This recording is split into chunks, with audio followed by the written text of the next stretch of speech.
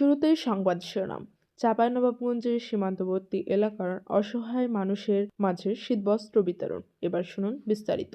চলমান তীব্র শীতে বিপর্যস্ত স্থানীয় শীতার্ত মানুষের মাঝে রাজশাহী সেক্টর এবং চাঁপাইনবাবগঞ্জ ব্যাটালিয়ন 53 বিজিবি কর্তৃক শীতবস্ত্র বিতরণ কর্মসূচি পালিত হয়। মঙ্গলবার 6 জানুয়ারি 2026 চাঁপাইনবাবগঞ্জ জেলার শিবগঞ্জ উপজেলার অন্তর্গত ফতেপুরে বিওপির দায়িত্বপূর্ণ এলাকার দুর্লভপুর ইউনিয়নের কুকরিপাড়া গ্রামের অর্থাৎ চাঁপাইনবাবগঞ্জের পদ্মা নদীর ওপারে এই সীমান্ত এলাকায় বসবাসরত স্থানীয় 300 জন শীতার্ত ও অসহায় মানুষের মাঝে 300টি শীতবস্ত্র কম্বল বিতরণ করা হয়েছে।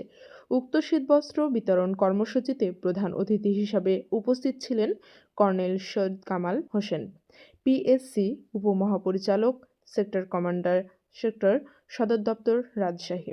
প্রধান অতিথি বলেন, বর্ডার গার্ড বাংলাদেশ বিজিবি সীমান্তের অতন্ত্র প্রহরী হিসাবে দেশের সার্বভৌমত্ব রক্ষা, সীমান্ত সুরক্ষা, চোরাচালান প্রতিরোধ, মাদক, মানব ও অস্ত্র পাচার রোধ এবং আন্তঃসীমান্ত অপরাধ দমনে নিরলসভাবে কাজ করে যাচ্ছে। একই সাথে প্রত্যন্ত সীমান্ত অঞ্চলে বসবাসরত সাধারণ মানুষের নিরাপত্তা, জীবনমান উন্নয়ন এবং সামাজিক কল্যাণে বিজিবি সবসময় অগ্রণী ভূমিকা পালন করে আসছে।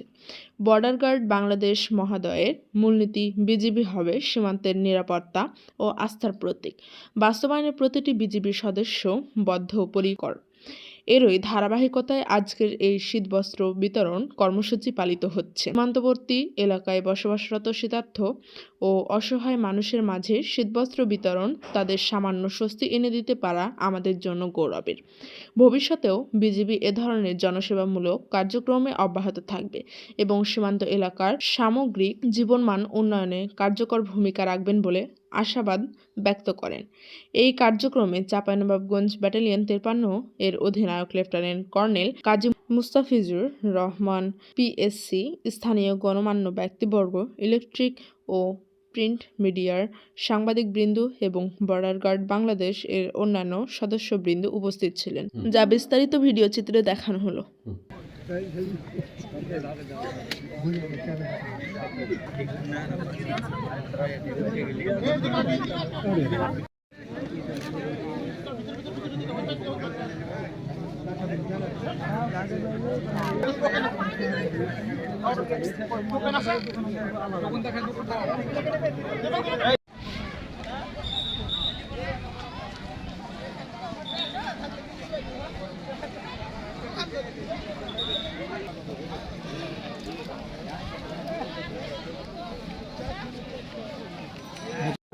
কম্বলটা পেয়ে মানে আপনাকে কেমন লাগছে?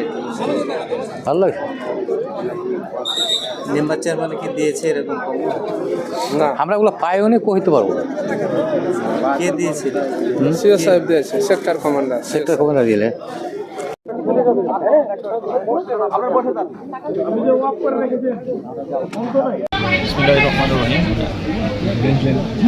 BGB sector Rajshahi sector commander হিসেবে আজকে আমরা রঘুনাথপুরে এসেছি। এখানকার চলাঞ্চলের সমস্ত মানুষ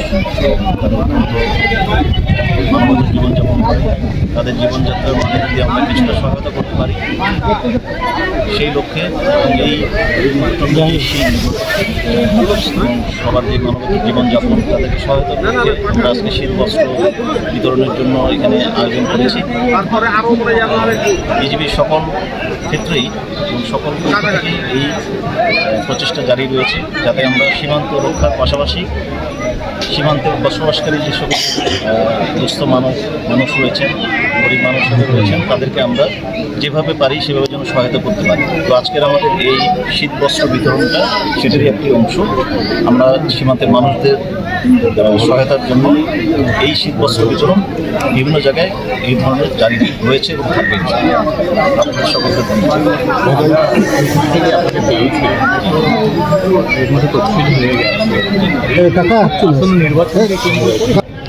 নিরাপত্তা দায়িত্ব পালন করবো এবং আরেকটা বিষয়, সম্প্রতি সময় আমরা দেখলাম কি কভার করছে, তো এই অস্ত্রগুলো আসলে নির্বাচনে কোনো প্রভাব জি, এই বিষয় নিয়ে আপনারা তো ঘটনা যতগুলো ঘটেছে সেগুলো টাইম টু টাইম জানতেই পেরেছেন, ঠিক আছে না? তো আমাদের যেই কাজটা সেটা হচ্ছে আমরা জনসংযোগ বাড়াচ্ছি এলাকাতে। আমরা কিন্তু নিরাপত্তার দায়িত্বের পাশাপাশি প্রতিটা জায়গায় যে আমরা তাদেরকে জনসচেতনমূলক বক্তব্য দিচ্ছি, তারা যেন এই সমস্ত কাজ না করে এবং এর থেকে বিরত থাকে, সেগুলো আমরা প্রচেষ্টায় আছি। এবং সেই জন্য আমরা আমাদের দায়িত্ব এবং ডিউটিও বাড়িয়েছি যাতে তারা এই ধরনের কাজ না করতে পারে। তো এই প্রচেষ্টা আমাদের সবসময় অব্যাহত থাকবে, ঠিক আছে? ধরনটা চেঞ্জ হচ্ছে কিনা এই বিষয়ে না, সেই বিষয়ে আমাদের ঠিক বলা যাবে না, আমরা এখনও শিওর নই। তো এটা ইনভেস্টিগেশন আছে, সেই অনুযায়ী আমরা তথ্য পাবো ইনশাল্লাহ। আরেকটা বিষয় বলবেন যে জি, জি। সম্প্রতি সময়ে আমরা দেখছি যে গরু প্রচুর পরিমাণে আসছে এবং এই যে বর্ডার কিলিংগুলোর অন্যতম কারণ তারা চোরাচালান করতে ইন্ডিয়ার ওই পারে যাচ্ছে, সেখানে যে আটক হচ্ছে, নির্যাতনের শিকার হচ্ছে, গুলি খেয়ে আসলে মারা যাচ্ছে। এই গরু চোরাচালান নিয়ে আমরা দেখছি যে আমরা যে তথ্য আছে যে দৈনিক 50 আরও বৃদ্ধি করা হয়েছে এবং আরও বৃদ্ধি করা হবে। আপনারা তো জানেন এই যে শীতের এবং কুয়াশা এবং আমাদের নদীর চরাঞ্চলও জেগে উঠতেছে, এই জন্য আমরা অবশ্যই তৎপর, আগের থেকে আরও বেশি তৎপরতার সাথে কাজ করছি ইনশাল্লাহ। তো আমরা এটা প্রতিহত করতে পারার জন্য যতটা সম্ভব সেই কাজ করে যাচ্ছি। তারপরেও বুঝতে হবে যে আমাদের আসলে জনবলের তো অবশ্যই ঘাটতি রয়েছে। আমাদের জনবল ইনশাল্লাহ ধীরে ধীরে বাড়বে, আমাদের সক্ষমতা বাড়বে, আমরা আরও বেশি এটা প্রতিহত করতে পারবো ইনশাল্লাহ। ঠিক আছে। আপনি যে জনবল সম্পর্কে কথা বলছেন, আপনারা তো নির্বাচনী কার্যক্রমে অংশ নিচ্ছেন, জি, জি। তো যেহেতু সীমান্ত থেকে অনেক সৈন্য নির্বাচনী কার্যক্রমে অংশ হয়, সেক্ষেত্রে সীমান্তটা আরো বেশি ঝুঁকিপূর্ণ হয় কিনা? না, সীমান্ত কখনোই অরক্ষিত থাকবে না। সীমান্তে আমরা যথাযথ প্রতিরক্ষা ব্যবস্থা রেখে তারপর আমরা সীমান্ত নির্বাচনী ডিউটি করব। এই সংক্রান্ত আমাদের প্রয়োজনীয় প্রস্তুতি এবং পরিকল্পনা রয়েছে। ঠিক আছে, ধন্যবাদ।